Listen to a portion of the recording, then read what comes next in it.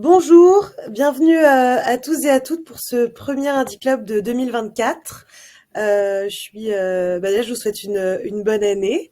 Déjà pour commencer, à tous ceux qui sont présents. Peut-être que certains d'entre vous sont encore en vacances. Nous, on a repris, côté Indigo, en tout cas, on a repris hier. Donc, si vous êtes en vacances, vous êtes bien motivés.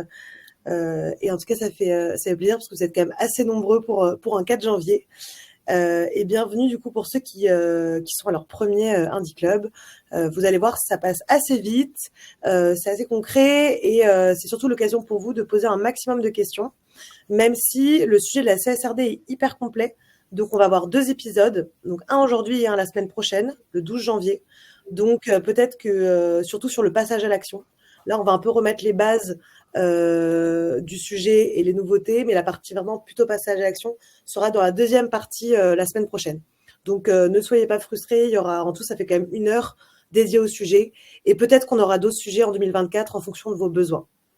Donc n'hésitez pas à vous présenter dans le chat. Bonjour Olivier, en vacances. Ok, trop bien. Donc vous avez le chat en bas à droite, vous pouvez mettre des messages, réagir, envoyer vos questions et on va répondre au fur et à mesure des questions, au fur et à mesure du webinaire à vos questions. Donc du coup, je suis en compagnie de Léa Camp et de Erika Monin, qui travaillent toutes les deux chez Kiosque, qui se présenteront assez rapidement. Et du coup, pour ceux qui me connaissent pas, moi du coup, je suis Oriane et je suis responsable pédagogique chez Indigo. Indigo, du coup, qui est une école pour les professionnels qui forme les collaborateurs à intégrer la responsabilité dans votre métier. Donc avec soit des formations qui vous forment sur des compétences comme la stratégie climat, l'éco-conception, soit qui vous forment à des métiers comme le métier de responsable RSE. Donc je vous présenterai pas toutes les formations qu'on a là parce que ça c'est pas le but du webinaire et que ça serait trop long. Mais voilà, c'est pour vous dire un peu ce qu'on fait. On met beaucoup l'accent sur la pratique sur nos sessions. Donc il y a assez peu de descendants et nos intervenants sont que des personnes qui sont des professionnels, qui sont actuellement en entreprise, des consultants, des personnes dans des grands groupes, dans des startups et qui vous partagent leurs problématiques du quotidien. Donc c'est hyper enrichissant et ça vous permet d'être préparé au mieux à ce qui vous attend en entreprise. Salut Joël. Donc Joël, du coup, qui est un alumni, par exemple, qui a fait une déformation pilote. Voilà, donc on a pas mal d'alumni. Ça fait 1 an, un peu plus d'1 an qu'on existe, un peu plus de 200 alumni. Voilà, on est hyper content de 2024 parce qu'on sait que cette communauté va encore grandir. Indigo, en fait, c'est une école qui fait partie d'un campus plus général qui s'appelle Maria Schools. Donc on est 4 écoles. Lyon, l'école de l'ère entrepreneuriale, Maestro, l'école de la tech et du no-code, Hiro, l'école du storytelling et du copywriting, et Indigo, l'école de la responsabilité. Le point commun de ces 4 écoles, on est sur le même campus, on est à Paris, mais pas que, c'est la pédagogie, du coup, inspirée de Maria Montessori, qui se base du coup énormément sur la singularité de la personne et la pratique. Et donc à partir du moment où vous faites partie de la communauté Indigo, vous faites partie de la communauté Maria, donc de plus de 6000 alumni. Et donc vous avez accès à tous les événements de Maria School. Voilà, maintenant à vous de vous présenter aussi. Donc voilà, pour ceux qui nous ont rejoints en cours de route, vous avez un sondage qui s'affiche normalement sur votre écran. Donc pour répondre à ce que vous faites dans la vie, si vous mettez autre, n'hésitez pas à nous dire dans le chat, à nous préciser ce que vous faites. Ça nous permettra d'affiner un peu la conversation et de savoir un peu plus sur vous. Je vous présenterai peut-être la formation plus tard, parce que je sais qu'on est un petit peu juste sur le temps. Je vais laisser maintenant la parole à Léa et Erika sur le sujet du jour et je dois déjà peut-être commencer à se présenter. Merci beaucoup Oriane et bonjour à tous, ravie d'être parmi vous. Donc moi je m'appelle Léa Camp, je suis cofondatrice de Kiosque et Kiosque c'est un logiciel qui permet aux entreprises de se mettre en conformité avec la CSRD. Et voilà, je suis accompagnée aujourd'hui par Erika Monin qui est notre consultante RSE et experte CSRD. Et donc voilà, on va aller rapidement sur les slides. Comme l'a dit Oriane tout à l'heure, il s'agit de la première partie du premier épisode et vous aurez la suite la semaine prochaine, qui sera un peu plus, fonctionnel, comment se mettre en mouvement, comment se mettre en jambes après ce premier épisode plutôt théorique. Trop bien. Et je passe la parole à Erika pour démarrer. Merci beaucoup Léa. En effet, bonjour à tous et bonne année. Donc, on va passer rapidement sur l'agenda. Aujourd'hui, on a 3 parties à couvrir ensemble. La première, c'est les généralités sur la CSRD. Ensuite, on va parler du contenu et enfin des forces de la CSRD. Donc, pour passer rapidement sur les généralités, pourquoi est-ce que la CSRD est arrivée? Donc, vous savez sans doute déjà, peut-être, depuis 2014, on a une loi en France qui s'appelle, en Europe même, qui s'appelle la NFRD et qui impose aux entreprises européennes de plus de 500 salariés de communiquer de manière transparente sur leurs impacts sociaux et environnementaux au travers d'une déclaration de performance extra-financière ou DPEF. Et donc, peut-être que certains d'entre vous ont déjà produit une DPEF. Et en fait, on s'est rendu compte pendant les 10 dernières années qu'il y avait quelques challenges soulevés par cette NFRD. Le premier, c'était que les informations communiquées par les entreprises dans les DPEF n'étaient pas assez poussées, répondaient pas aux enjeux actuels. Ensuite, c'était que les rapports extra-financiers omettaient souvent des informations que les investisseurs pouvaient juger pertinents. Et donc, en fait, il fallait reproduire un deuxième rapport spécifiquement pour les investisseurs parce qu'on n'arrivait pas à couvrir assez d'informations dans la DPEF. Et enfin, les informations communiquées pouvaient être difficiles à comparer. En effet, dans la NFRD, on demandait aux entreprises de publier des informations, mais pas, on leur fournissait pas une base standardisée des informations. Donc en fait, typiquement, si on voulait publier des informations sur notre nombre d'employés, certaines entreprises comptaient pas les salaires, certaines entreprises comptaient des temps horaires, d'autres des nombres de personnes. En fait, on n'avait pas du tout les mêmes types de façons de compter, et donc on pouvait pas comparer les entreprises entre elles. Okay. Donc ça, c'est les 3 sujets que viennent essayer de combler la CSRD, et c'est pour ça que la CSRD est arrivée. Alors Erika, la CSRD, ça veut dire quoi concrètement?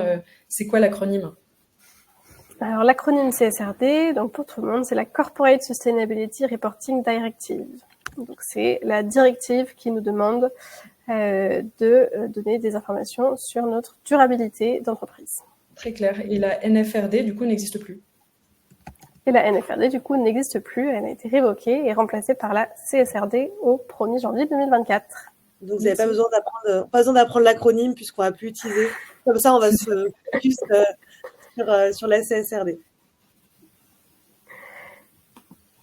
C'est ça. Et donc, qui est concerné par la CSRD? On a un calendrier d'application pour les entreprises qui est très progressif. Les premières entreprises concernées, donc à partir de cette année, pour les exercices qui commencent au 1er janvier 2024, et donc une publication l'année prochaine, ce sont les entreprises qui faisaient déjà la DPEF, donc les entreprises cotées de plus de 500 salariés. Et ensuite, progressivement, année par année, on va rajouter d'autres entreprises. En 2026, sur les données 2025, on aura les entreprises dépassant 2 critères sur 3, donc soit plus de 250 salariés, soit plus de 25 millions d'euros de bilan, soit plus de 50 millions de chiffre d'affaires. Ensuite, l'année suivante, on rajoutera les PME cotées en bourse.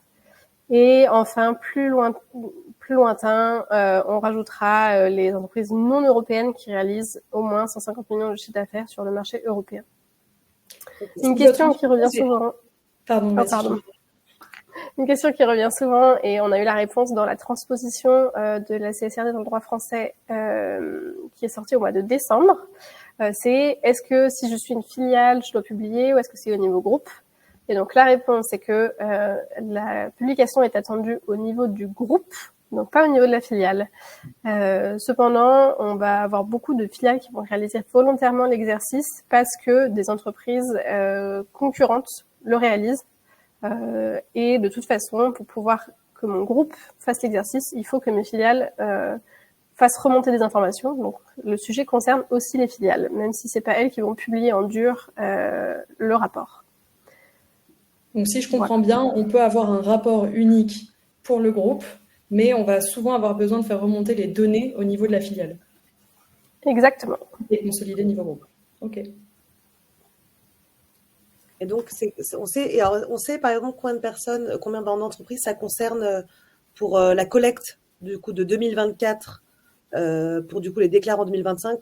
donc les entreprises de 500 salariés, on sait combien d'entreprises en France ça concerne ou pas trop encore? Alors, les ETI, les entreprises de plus de 500 salariés, il y en a à peu près 5000 en France. 5000? Oui, 100 000. Ok, 5000 super, en merci. France, 50 000 en Europe. Ok, ça roule. Hop. Alors, et donc du coup, sur le contenu, On passe au euh, contenu. qu'est-ce qui est demandé?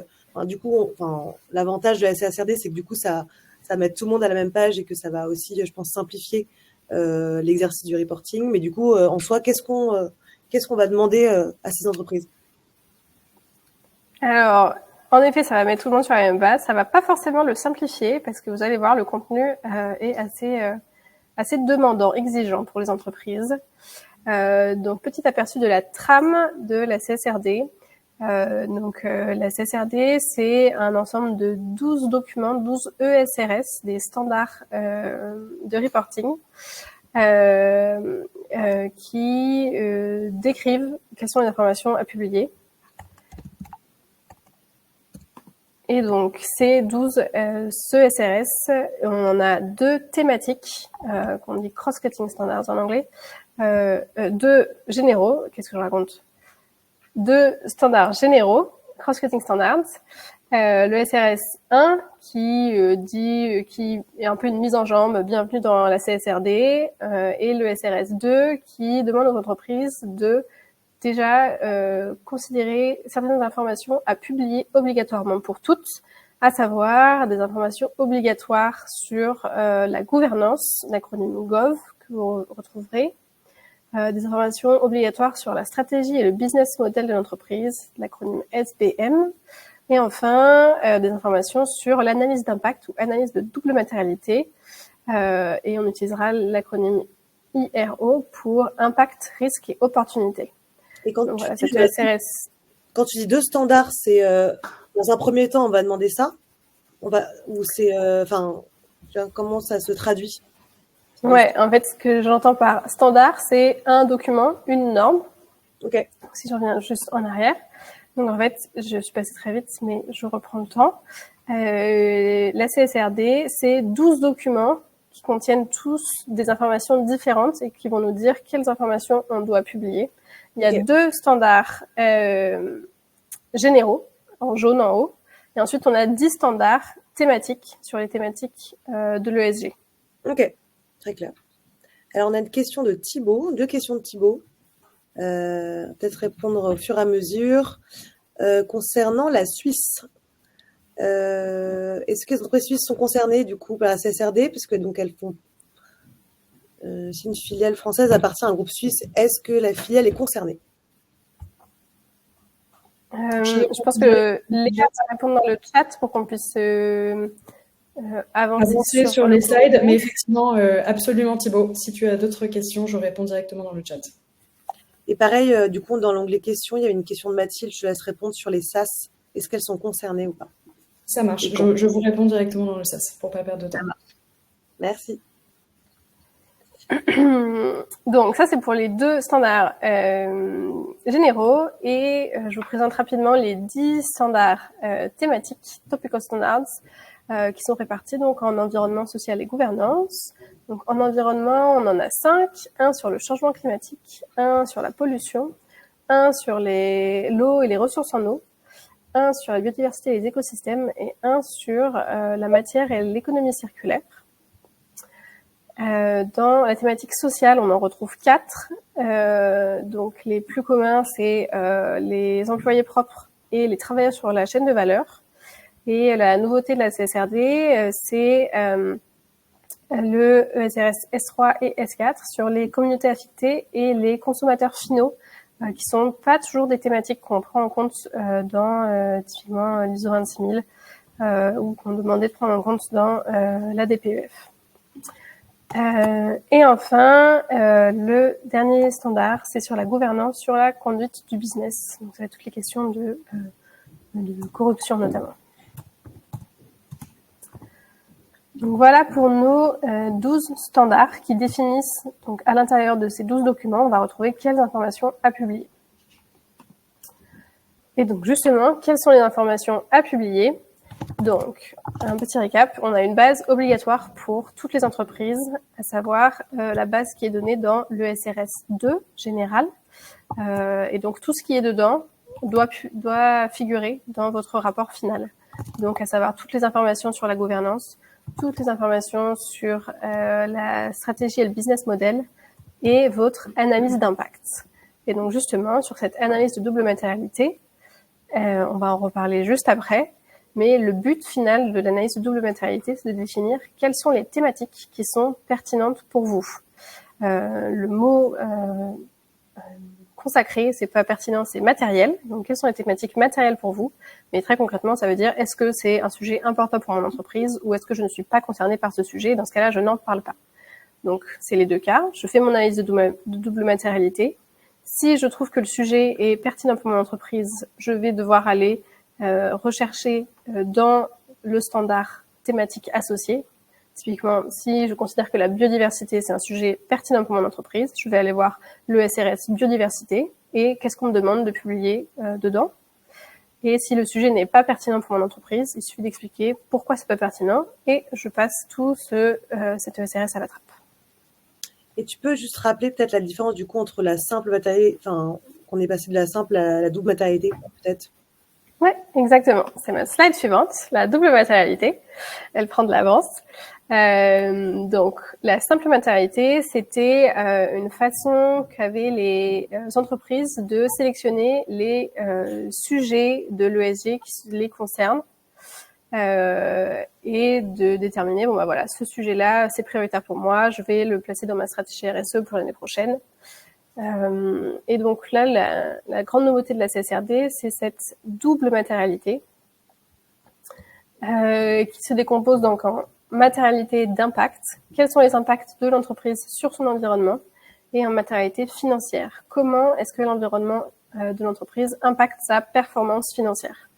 Donc ça, c'est la matérialité financière, c'est vraiment la grande nouveauté, c'est quelque chose qui n'était pas du tout pris en compte jusque-là.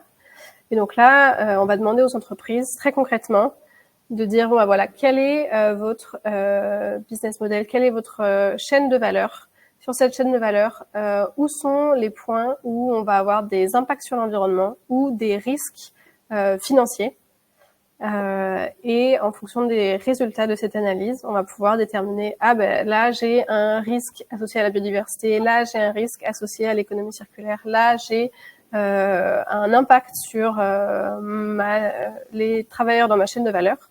Et c'est comme ça qu'on va déterminer quels sont les sujets qu'on va traiter ensuite dans notre rapport de durabilité. Ok. Est-ce que ça répond à ta question? Ouais, merci beaucoup. Parfait. Et donc, je vous propose un petit deep dive dans le contenu des standards thématiques. Ils sont tous organisés de la même façon, donc si vous décidez de vous plonger dedans parce que vous êtes concerné, ça va vous permettre de comprendre un peu la structure globale. Donc systématiquement dans les standards thématiques, typiquement si je prends la biodiversité par exemple, le SRS sur la biodiversité, on va avoir en première étape des informations, des déclinaisons spécifiques de l'ESRS 2 général, donc à savoir sur la gouvernance, la stratégie, le business model et l'analyse d'impact, spécifique à donc ma thématique. Donc si je reprends biodiversité, en grand 1, je vais avoir des informations à donner sur comment est-ce que mes organes de gouvernance sont sensibilisés au sujet de biodiversité, comment est-ce que la biodiversité est prise en compte dans ma stratégie, mon business model. Et enfin, comment est-ce que j'ai réalisé mon analyse d'impact de double matérialité spécifiquement pour la biodiversité. Okay. Et en deuxième partie, ça va être les informations spécifiques sur cette thématique-là. Donc, ça va être les politiques, les actions, les objectifs et les métriques associées. Donc là, je vais devoir donner quelles sont les politiques que mon entreprise a déjà ou pas adoptées concernant la biodiversité. Ensuite, quelles sont les actions et les ressources mises en place pour manager mes risques associés à la biodiversité, par exemple.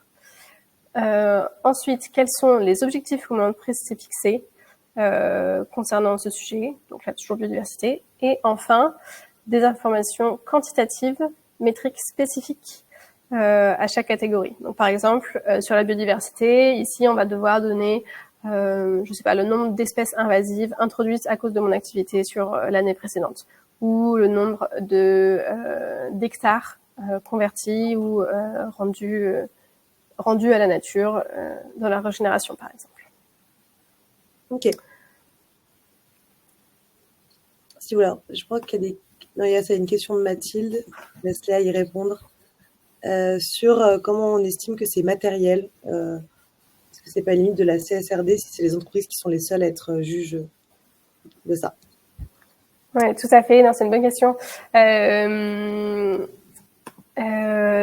Aujourd'hui, il y a un guide d'implémentation qui est en cours par donc l'EFRAG, l'organisme qui écrit ces standards de reporting, sur comment réaliser justement cette analyse de double matérialité, comment définir ces seuils. Donc en fait, aujourd'hui, dans le rapport, vous êtes obligé de dire comment est-ce que vous avez défini que c'est matériel ou pas. Et du coup, toutes les personnes qui vont avoir accès au rapport pourront lire cette entreprise elle a déterminé que biodiversité c'est pas du tout pertinent pour lui, pas matériel pour lui. Et en fait, là si vos investisseurs ils voient que tous vos concurrents ils ont déterminé que biodiversité c'était pertinent pour eux, peut-être qu'ils vont dire toi clairement t'aurais dû le considérer, tu l'as pas considéré, ça va pas du tout. Donc en effet, c'est les entreprises qui doivent définir ces seuils. Okay. Et en même temps, elles doivent expliquer en toute transparence dans le rapport comment est-ce que ces seuils ont été définis et pourquoi est-ce qu'elles les considèrent. Donc elles doivent quand même un peu montrer patte blanche. J'espère que Mathis, ça répond à ta question. Pour vous donner un petit aperçu de ce à quoi peut ressembler un rapport final, donc ça c'est extrait des ESRS, on nous donne une forme, l'EFRAG nous propose une forme, pour les entreprises cotées, le rapport de durabilité doit apparaître dans le rapport de gestion on propose de l'organiser très linéairement par thématique avec d'abord gouvernance, stratégie, ESRS 2, puis ensuite d'ajouter tout ce qui est lié à l'environnement, tout ce qui est lié au social, tout ce qui est lié à la gouvernance. Okay. Et en tant qu'entreprise, je dois publier un rapport uniquement est-ce qu'on m'autorise à fournir plusieurs documents? Donc, le but, c'est de publier un rapport qui contient tout. Maintenant, c'est aussi possible qu'on ait envie de renvoyer à des documents qui ont déjà été produits en interne, qui vont être publiés à côté. Et on peut tout à fait faire des renvois à d'autres documents. D'accord, avec des références. Ça marche, merci. Donc voilà pour le contenu de la CSRD. J'espère que ça vous a éclairé. Et donc, on voulait prendre un petit peu de temps pour discuter avec vous des forces. Pourquoi est-ce que la CSRD, ça va vraiment venir révolutionner le reporting extra-financier. Et donc, les grandes forces de la CSRD, c'est les 4 suivantes. Donc, la CSRD va nous emmener vers des business models plus résilients. Grâce à notre analyse de double matérialité, on va vraiment se rendre compte de notre impact sur l'environnement, sur la société, et aussi de nos dépendances et des risques de ces dépendances sur notre activité. Si en fait, à cause de, le changement climatique, à cause de un souci de société, je vais avoir des soucis de production pour plus tard, ou je vais recevoir des amendes, ça va vraiment me donner cette analyse devrait me guider pour comprendre vraiment ce que je risque à ne rien faire. Et donc, comment est-ce que ça va me faire réfléchir à comment est-ce que je peux transitionner pour que mon business model soit plus résilient, que si ces choses arrivent vraiment, je sois prêt, que je diminue mes impacts, etc. La deuxième grande force, c'est l'interopérabilité. Le but, c'est vraiment que ce soit fini de publier 1000 rapports différents parce que chaque standard demande les mêmes questions, mais pas vraiment posées de la même façon. Donc, en fait, on doit refaire. Là, le but, c'est vraiment l'EFRAG à travailler conjointement avec les ISO, avec l'ISSB, avec la GRI, avec la TNFD, pour inclure justement tous ces différents standards standards dans la CSRD. Donc aujourd'hui, quand on publie son rapport CSRD, les informations, elles sont conformes à la GRI, elles sont conformes à l'ISSB, elles sont conformes à la TNFD et elles sont conformes à l'ISO, notamment à l'ISO 26000. Okay. Ça ne veut pas dire que publier le rapport CSRD suffit. Ça veut dire que quand on a publié ces informations, on peut juste les réutiliser en l'état. Typiquement, il y a un index d'interopérabilité avec la GRI qui est sorti récemment et on voit bien que ce qui est demandé dans la GRI, ça concorde avec ce qui est demandé dans la CSRD. Quand ça concorde, c'est la même chose, on peut le réutiliser en l'état. Et il y a parfois des choses que la GRI demande on n'a pas demandé dans la CSRD, donc il faudra produire ces choses en plus.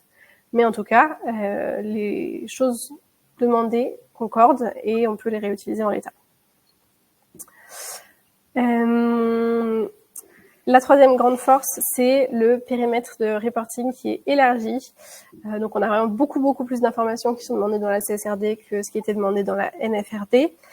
Aujourd'hui, on est à près de 1200 data points dans la CSRD et on a des informations, donc on en a plus et elles sont aussi standardisées. Donc maintenant, toutes les entreprises sont obligées de publier de la même façon. Typiquement, le nombre d'employés, tout le monde doit compter de la même façon ses employés pour qu'on puisse comparer les entreprises entre elles. Et enfin, la dernière grande force, c'est l'implication de toute la chaîne de valeur, puisque l'analyse de double matérialité demande de se faire sur toute la chaîne de valeur, amont, aval, et de déterminer quels sont mes impacts, non pas seulement dans mes activités à moi, mais l'activité de mes fournisseurs ou de mes utilisateurs à cause de mon activité. Et donc, on va devoir demander et faire remonter dans notre rapport à nous les impacts de nos fournisseurs, de nos utilisateurs. Donc, c'est quelque chose de très fort. Et j'en ai fini sur les forces. Oriane, je te repasse la main. Merci Erika et merci Léa qui était hyper réactive dans le chat. On teste voilà ce format. Normalement, on fait plutôt 3 quarts d'heure. Là, on a fait une demi-heure parce qu'il y avait 2 épisodes.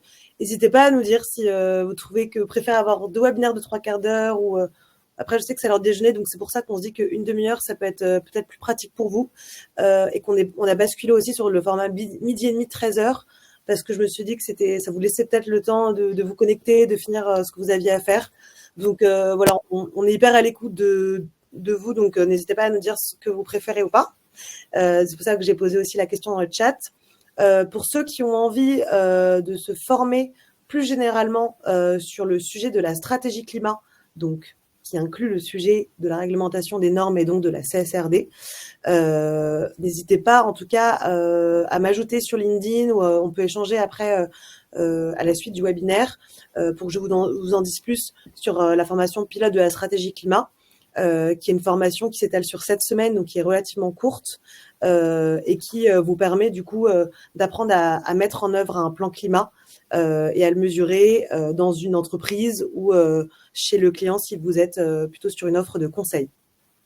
Voilà, pour info, on a plusieurs promos qui auront lieu dans l'année. Il y en a une qui débutera ce lundi et sinon la prochaine sera au mois de février.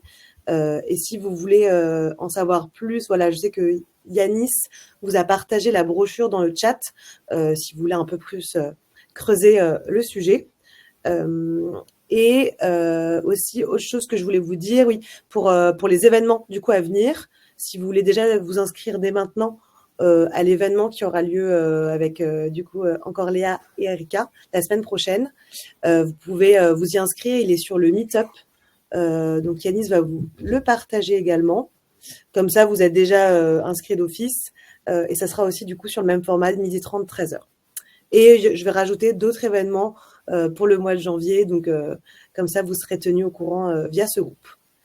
Et donc, voilà, je vous laisse échanger avec... Donc, Léa vous a partagé son email. Donc, voilà aussi, si vous voulez du coup continuer la discussion et en savoir plus sur Kiosque. Et peut-être qu'on aura un peu plus de temps aussi sur le webinaire. On prendra peut-être aussi 5 minutes pour vous présenter un peu plus Kiosque.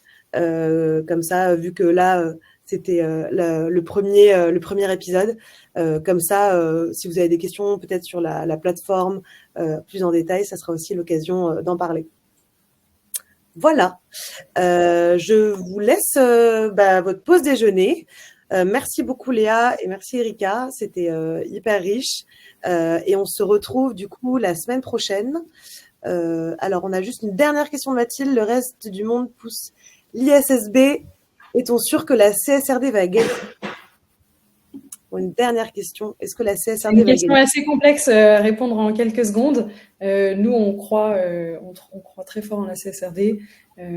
Aujourd'hui, la CSRD est clairement plus ambitieuse que ce que propose l'ISSB. Donc, il faut y croire. Pour l'instant, c'est encore trop tôt pour le dire, mais en tout cas, ça entre en vigueur. Ça fait déjà partie de la loi française européenne.